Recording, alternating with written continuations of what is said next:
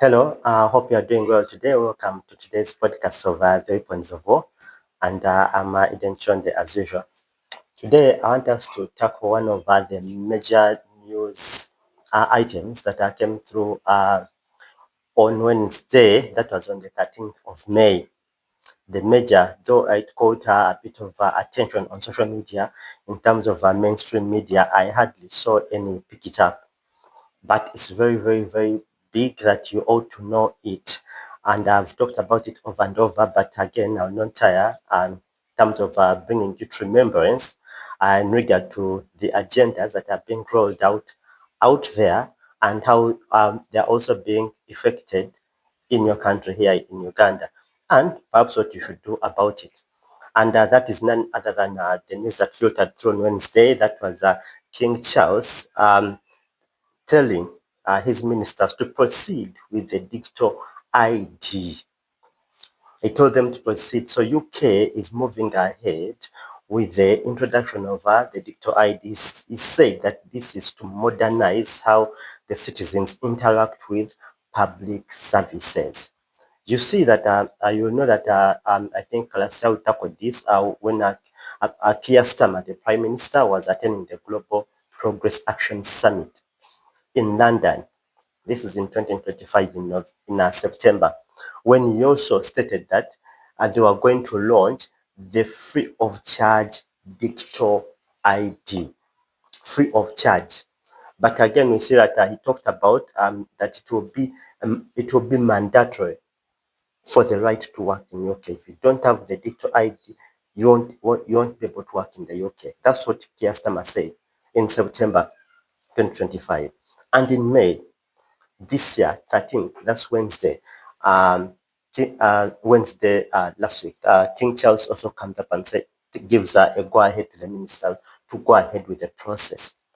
But back then, when Keir Starmer alluded to mention the launch of the digital ID, he added one of the other bits was you won't have the mandatory to work in the UK without it, and he said that fair-minded people want to tackle problems, around them, things like poverty, things like conflict, and he also said that the digital ID would help tackle the problem of illegal immigration.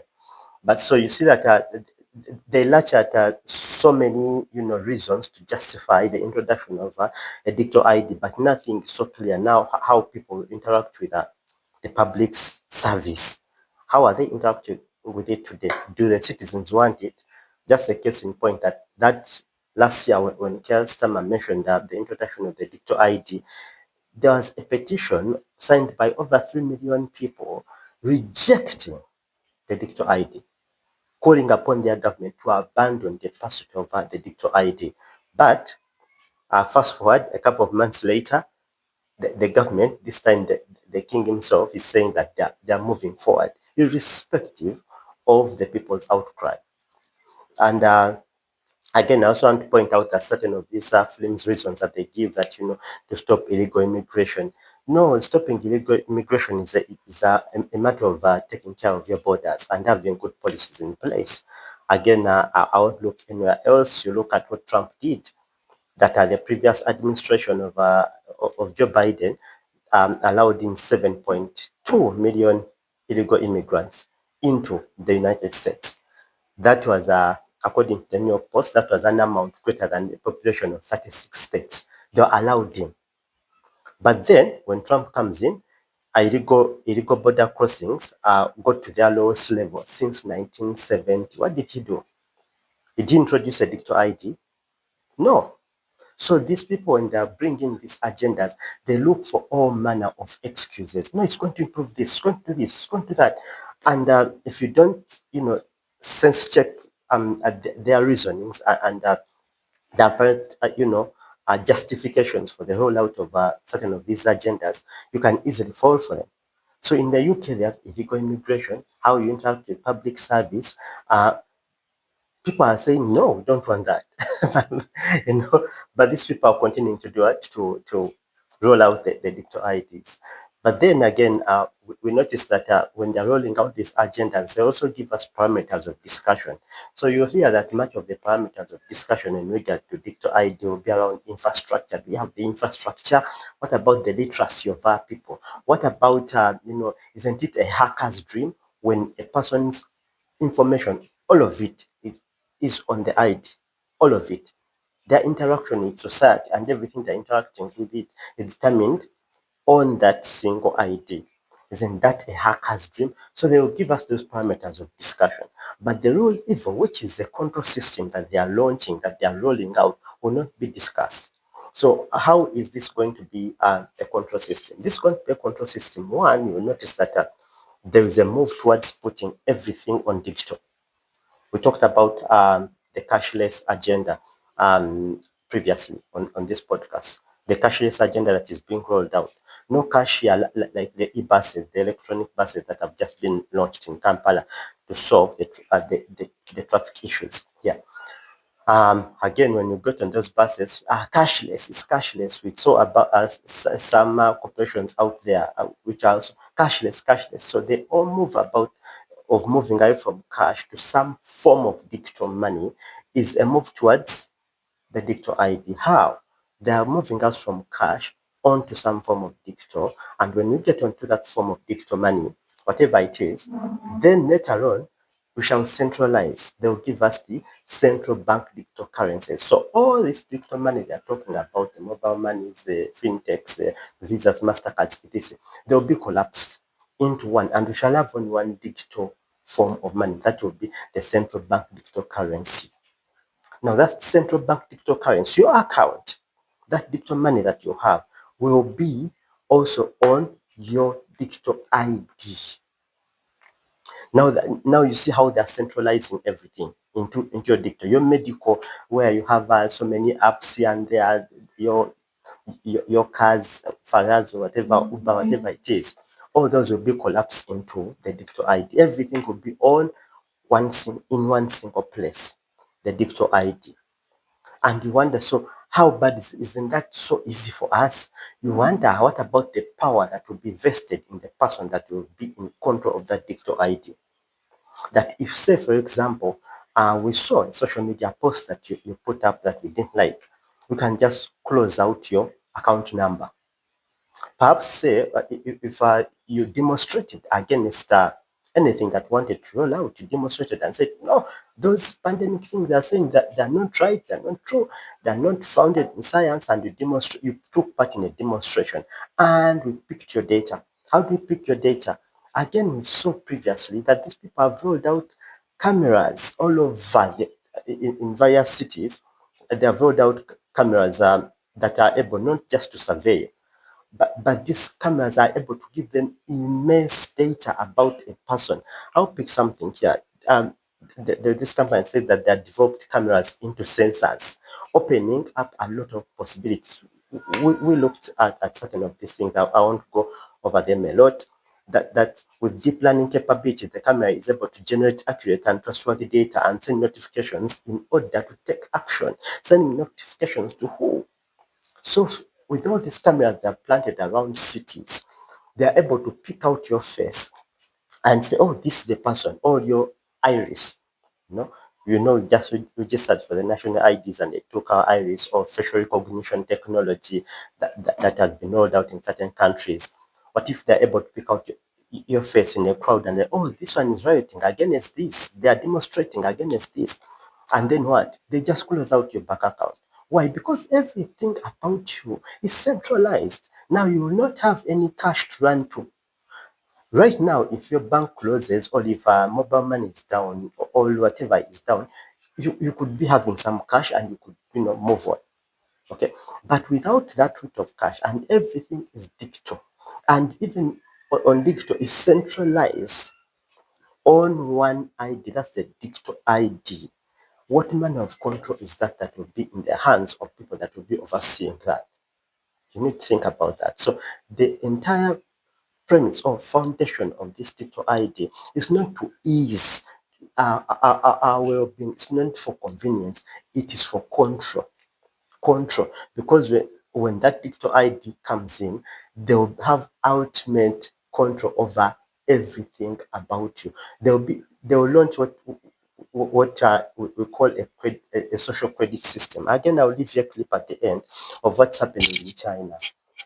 But a social credit system is a system where people are rewarded or punished according to how they behave in the society. Social credit. So you can gain credit or lose credit depending on how you behave. Not so much, which also determines the areas you can access, the train, the data, your movements, whatever it is that you can access, depends so much on how you behave, not your bank balance.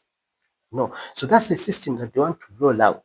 But that system has to be backed by a digital ID, whereby now they won't be sending police all over to monitor you, to police you. No, they'll be policing you using these so many cameras that are mounted in various cities and various places, which are sensors and picking all manner of details, sending these details to their databases, and then able to pick up, oh, there's a demonstration. Yeah, what are they demonstrating about? That climate change, the hoax, how they come for you? What are they demonstrating about? They don't even come for you. They just close your account. And then you go to buy something and you can't access it. Oh no, we are fighting climate change. Therefore, no one should eat meat. You go to purchase meat with your central bank from your central bank digital currency account and you can't access it. All because someone is controlling you off that one ID. So the digital ID, though people don't know its far-reaching implication, the far-reaching implication is that you'll be remote controlled. But again, so there are aspects there that we looked at even previously. So for it to work well, there'll be, of course, surveillance by these so many cameras. There'll be, of course, AI will come in terms of automation and, reading of that data, and then there will be the central bank digital currencies that will do it. That is the punishment area the punishment part of the digital ID. So this is the ecosystem that is required for the digital IDs to be rolled out properly. The surveillance by the camera, the artificial intelligence which is being rolled out, the central bank digital systems, central bank digital currencies, that one is the tool to punish you. And the digital IDs, that's where everything now is placed. Central bank digital currencies as a means of punishing you. Yes, how? You misbehave and we see on our cameras capture your face, you're closed out of your bank account or you're limited on the number of things you can access. Therefore, the money that you have on your account is not exactly the determinant of the kind of life that you'll have. No, the determinant of the quality of life that you're going to have is how you behave, how you adhere to the so many agendas that they keep rolling out. Okay, so that's the evil behind these digital IDs. The evil is that it's control. And again, if you have to ask yourself, so does if a country like ours, Uganda, doesn't have the infrastructure to roll out even the express penalty systems, what about the digital IDs? That's a good question. Even what about the central bank digital currencies? Do we have the infrastructure to do that? That's a good question. We don't have that infrastructure. So who will be in charge of that infrastructure? Who will be overseeing that infrastructure? Now, the people who roll out that infrastructure and will be in charge of managing it, those are the real people that we have to be scared of or worried about. Those are the bureaucrats seated way outside of Uganda, way above our boundaries. Those are the people that will be running our daily lives, not these so elected. No, no, no, no. No, those ones will be mere heads of countries. But the real power, even your account could be closed without the knowledge of your, your leaders here. Because the people who are rolling out these agendas sit way above the confines of our countries. And they'll be the people in charge of this infrastructure. Of course, our people here will also um, pretend to be in charge, but we know that they won't be. They're not the ones in charge. Again, we talked about previously. So where is Uganda in all this? I've mentioned that Uganda is mainly in the data collection phase. We are in so many parts, and this is something that they do so well, is that they roll out various things at the same time. that you may not see how all those things are connected. So when I say we are in a data collection phase, again, we are also in a phase of phasing out cash. We are also in a phase of bringing a digital ID. We are also in a phase of centralizing data. We are in so many phases, but all these phases are leading to one thing, a digital ID. Now, when I say data collection, I mean we just spotted that in regard to the renewal of our national ID, NIRA told us the National Identification and Registration Authority incorporated the iris scanning in the process of capturing biometric data. Iris scanning wasn't part of the previous IDs. They just took the thumbprints and that was it. Now they've added what? Iris scanning plus your fingerprints. They're picking more and more biometric data about us. And what reason did they give? This was while appearing before the parliamentary committee, NIRA ED at the time, Rosemary Chisembo said that there are currently 1 million people in the registry whose fingerprints did not meet the required standards. So they come up and say, no, their fingerprints that didn't meet the required standards, therefore, let's scan the iris. What next? And how are they able to scan the iris and collect all this data? It's because they have increased the importance that is being attached to the national ID. Yes, previously, I know it's very hard for people to even imagine that there was a time we lived without national IDs. But they introduced national IDs and step by step, they, they, they added out of power behind it that you almost can't do this without it. You can't do this without it. You can't do this without. So you find that, oh, now almost to do anything, I need the national ID. And because you need the national ID, therefore give us your fingerprint. Okay, I'll give you that. Okay, now give us your iris. I'll give you that. Therefore give us this. Give us. So the national ID is becoming the tool of data collection. Here, just some headlines. They said national ID to be required for all services, says government. For all services. I think that's what King Charles was alluding to.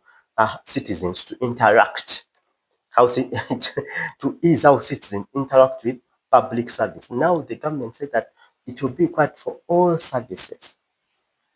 So, of course, we see in lands, in whatever it is, they need national ID. Then there's this that government proposes national ID as tax ID.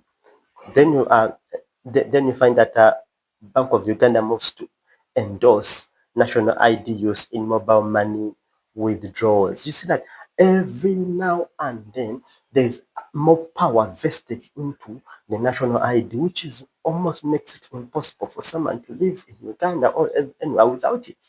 And therefore, if you need it, hey, there are these things we need from you, as they collect the data. And then there's this headline that must have gone unnoticed by so many people. This was Monday, May 16th, 2022. Government to capture Gen A on new national IDs. This is what they said in the kicker. Besides the genetic information, the government will deploy technology to pick fingerprints and eye properties of applicants. Now they are picking fingerprints and eye properties. This was in 2022 of applicants to ease verification of their particulars when needed. And then they said, yeah, it's unclear how government will harvest people's DNA. But there's a move. At least I put it out there. The government plans to harvest DNA of citizens and issue to holders new or replacement national IDs containing such genetic information. Now you think to whose benefits is this? Genetic information about you. DNA. This was the headline. Back then, government to capture DNA on new national IDs. So we are moving into collection of data. Why is your data needed? Your data, all our data is needed when the surveillance system finally kicks in place. Because when these surveillance cameras and sensory cameras come into place, they will need to identify who in particular is that person, who in particular is that. Now they need all the data they can collect about you. And then I also talked about the war on cash. The Deputy Governor, Professor Augustus Nwagaba, has been very, very vocal about that, saying that we are moving away from cash. The cost of maintaining a cash economy is so high, it's ever increasing, and he has called for us to move to a certain form of digital money. Of course, it's talking about the central bank digital currencies. So there's a move towards the central bank digital currencies. There's a move towards then as they collect our data, all these things will be centralized where on our national IDs. Your data to identify you whenever if you demonstrate or step out of line. Central bank digital currency, that's the punishment mechanism. We also saw this headline back then. I'm talking about the war on cash. Ugandan banks now reduce check value limit to 10 million. This was in 2021 July. This change became effective on January 17, 2022. The new limit is part of a move to encourage electronic payments. So they are encouraging us to move more into these electronic payments so that later on, when they roll out the central bank digital currency, it will be easier for us now to transition into that. Other than again moving people from cash directly into central bank digital currencies. No, move people from cash to digital forms of money, from the digital forms of money into the central bank digital currency. Again, talking about the central bank digital currency, we know that there's this report that was released, the final report of the consultation on central bank digital currencies, which paved the way for a pilot phase. So the Bank of Uganda is moving ahead in regard to the central bank digital currencies.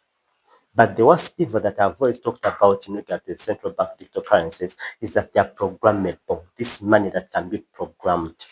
So this money can be programmed that, hey, Mr. Kijambu, because you are not an essential worker, you should be eating only 1 kilo of meat. Why?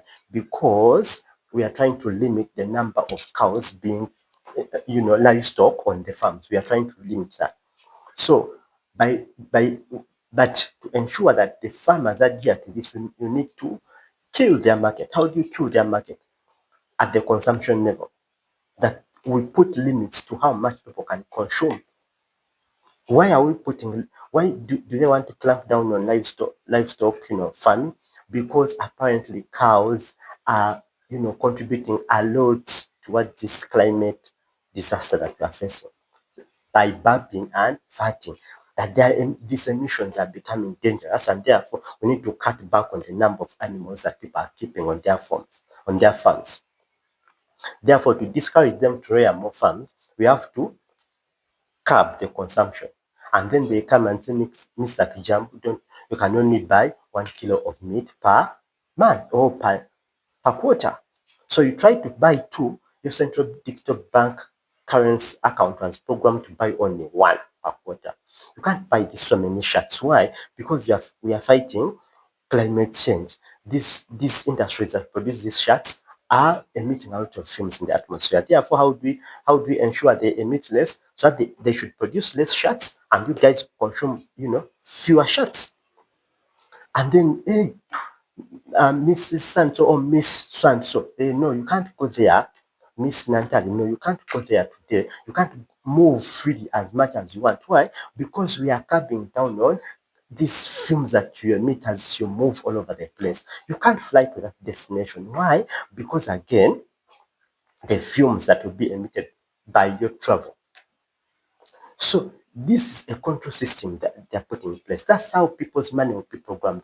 Our accounts will be programmed to that level, to the details of what we can buy, where you can buy it, when you can buy it, what quantities can you buy, where can you go, how often can you go there. You've heard about 15-minute cities. That's the whole idea. How will they be able to ensure that people don't go beyond a jurisdiction of or a radius of 15 minutes? How will they ensure that? They ensure that through a digital ID, that they monitor you that beyond 15-minute radius from where you stay, your digital ID is disabled. When it's disabled, it means you can't travel, you can't buy anything, you're being monitored, and you're being punished. You traveled beyond this boundary of your that we set for you as a non-essential. Therefore, you can't access this money. Therefore, you can't do this. And how are they able to do that? because of the other ecosystem that is supporting the digital IDs, the ecosystem of surveillance of AI, which will be able to automate all the data, and then the central bank digital currency, the punishment mechanism. And we talked about the CBDCs that are being rolled out in Uganda that we talked about at length. Then there was this, again, the BOU switch. BOU switch that will control banks, mobile money, and fintech charges. BOU switch. This is about centralizing. Now the banks have been operating on their own mobile money, their own fintechs on their own. Now someone said there's this new switch. It will be who will be in charge of that switch? To control charges, not to monitor movement of money. Now movement of money has to go through this one channel, apparently to control charges. Those don't lack an excuse. The Bank of Uganda announced plans to establish a national payment switch. In the annual report of 2024-2025 released in October, Bank of Uganda noted that the financial sector was inching closer to a landmark reform in the launch of the national payment switch. According to this article, the switch could be launched at the end of next year. Next year, that's 2026. It promised to link banks, mobile money, and fintechs in a single interoperator or interoperable ecosystem that Bank of Uganda describes as a flagship digital transformation project. Digital transformation projects that will reduce fragmentation, lower costs, and boost financial inclusion. Are you seeing the advantages? Reduce fragmentation. They don't want decentralized systems. Decentralized systems are hard to control. There are so many players. Therefore, reduce fragmentation, centralize, lower transaction costs. You see, they're putting very advantage there and boost financial inclusion. How does that boost financial inclusion? But in actual, that nothing is concentrating power into a certain entity that is in charge of this national switch. That's again we talked about where Uganda is at, collecting data, launching central bank digital currencies, centralizing our payment systems. Again, talking about centralizing our payment systems. October 27th, 2025. I got this, I think, off the NTV website. It said that Uganda, when the Nation NIRA launched the UG Pass. UG Pass. So what's the UG Pass? Uganda moves towards digital identification. That was the headline. Uganda moves towards digital identification. This is October 27, 2025. Uganda will soon receive digital identification cards, a major step towards integrating data systems across various government agencies, including those handling travel documents and licenses. National identification cards, they are here. And we talked about, and that will continue, it will also feature electronic signatures, significantly reducing paperwork, especially within government offices. The advantages they're giving them to us, many have digitized their systems, but there are gaps in trust verification, proving your identity. Platforms will help government in its endeavors to push the digital Uganda vision. But by implementing system integration, integrating system integration across governments. So that's it. The UG Pass is here, and they are calling it the digital identification. But I loved how it was captured on NBS TV. I'll leave you with this clip so that you first watch it and then we continue. Thank you very much. Yes, like you said earlier, UGPass is a unified trust service platform that helps you sign, authenticate, seal, and verify yourself online through your verifiable credentials. What do I mean by that? Those are, if you picture a wallet, your current wallet right now will have your documents that talk about you, something like your driving license. That's what we are talking about. We are bringing it online in a verifiable and trustable way. And it goes beyond that. It's not just a service, it's secure, like you had said, and it is compliant with our legal rules. These are the Electronic Signature Act and the Data Privacy and the Data Privacy and Protection Act. It's also what we call a long-time verifiable, meaning that it is the legal equivalent of your handwritten signature. It is verifiable for a very long time, and it's built with the highest level of security. So that's what UGPass is, as a game changer, bringing digital trust in this ecosystem of the digital world. Tell us, how can somebody actually register and start using UGPass and have their own digital ID, which is what it is? It's very simple. Just go onto your phone, go to your Google Play Store, your App Store, and download the UGPass UGPass app, and then you will use your phone number and email through what we call OTP, your one-time password. Once we have verified that for you, we'll get you to scan your ID, your national ID, because UGPass, one of our biggest ways is we go back to the source. It is trusted to the source of your national ID. Once you scan that, you take a selfie, then UGPass takes it, verifies it with NIRA, and verifies your biometrics. Then we come back here and we'll give you what we call digital certificates to authenticate yourself and to sign as well. So these digital certificates will ask you to create access pins for them, and you're good to go. You're good to sign, you're good to verify, you're good to authenticate yourself. Simple as that. Brenda, thank you so much for joining us this. Thank you. So you see that here the spokesperson mentioned that if you picture your current wallet right now, will have your documents that talk about you. Something like your driving license, okay? That's what we are talking about. We are bringing it online in a verifiable and trustable way. So this UGPass is a place where you can put all your identifications, national ID, the central bank digital currency account when it's rolled through, your health cards, your NSS, whatever it is, you can put in one place. I told you we are centralizing things. And they're all coming in as to ease our lives, to reduce the paperwork, to reduce the costs, to reduce time wastage. You see, that's what they're selling us. This UGPass introduced last year in October. So that's what UGPass is. It's a game changer, bringing digital trust in this ecosystem of the digital world. The digital vault where citizens can store personal documents such as national IDs, driving permits, passports, everything. So everything about you will be centralized on this digital ID. Now here is still going by the name UGPass, but almost has the same intentions. But what about the entity that will be in charge of that digital ID? That entity, we are not considering it that this is going to give away a lot of control and put out of control in the hands of international bureaucrats we've never known, interacted with, or even elected. These are the people that are going to be governing our lives under a social credit system that we've seen. You've said this and you didn't like it, therefore you can't access your money. You moved beyond these boundaries which we set for you. You are not an essential worker, therefore you are going to be punished by this. It's a system of punishment and a few rewards, if any. I'll leave you with a clip about so that you can see the case study in China. What's happening there? This was a news clip from China. It was by NBC News, May 2019. They said China tracking and scoring citizens in new social credit system.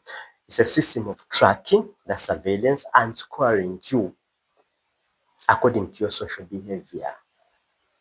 So then your money, or the amount of money that you have, does not matter.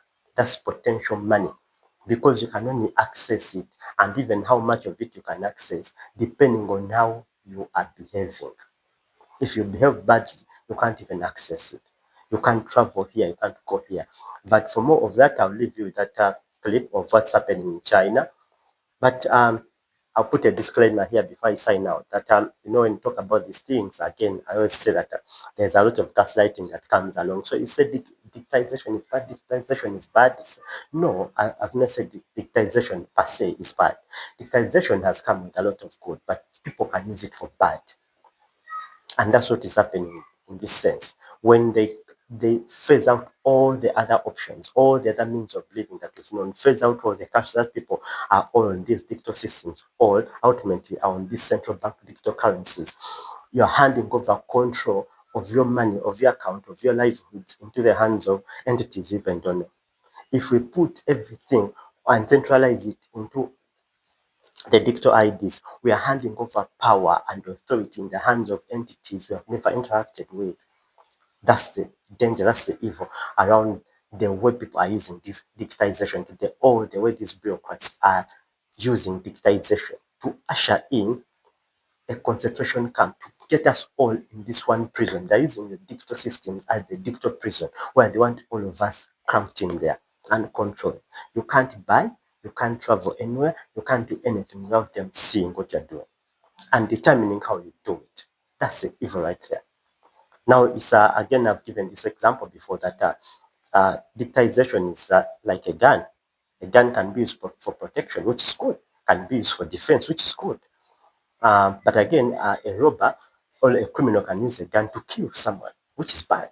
So it's the same way that digitization is being used today. Yes, it has a lot of goods, depending on whose hands it is. It can be good, it can be used also for evil.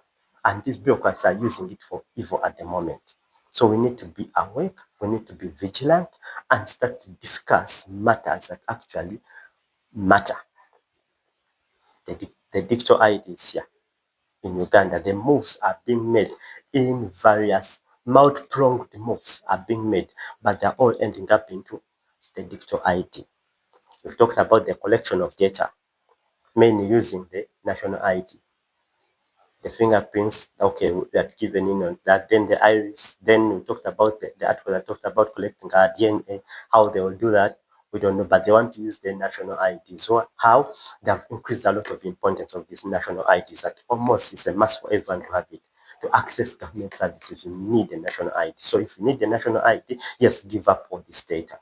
And when you give up all that data, that's one step. Then there's a step of us going cashless, so that we may push everyone into some form of digital payment systems. Then when we go cashless, the ultimate step is for all of us going onto the central bank digital currencies, which will be issued by the central banks, programmable money. That they can program your money. That for your money, you can only buy this. No matter how much you have, you cannot buy a car, because we don't want people to pollute the environment. Walk to work, you can only buy, if you have to buy any means of transport, it's a bicycle. For you, you've determined you cannot fly out. Your account, you try to buy an air ticket, no, you can't, because we programmed it that way. That's the issue about programmable money, the central bank digital currencies. And who will be the entities in charge of programming this money? Yes, the global bureaucrats that you've never seen. The globalists, they'll be the ones in charge of this. And then we've talked about the moves being made here. You've seen the UG pass, the centralization of payment systems with that national switch. Things are happening. UG pass, centralize all your data, all your information in this one place. It's easy. We're making it convenient for you. Perhaps some people don't know. And I want to perhaps also say that perhaps some people are ignorant. But some people at the very, very top know exactly what is being rolled out. Out there in the UK, people are planning riots in regard to what the king said. People are planning to riot, to demonstrate.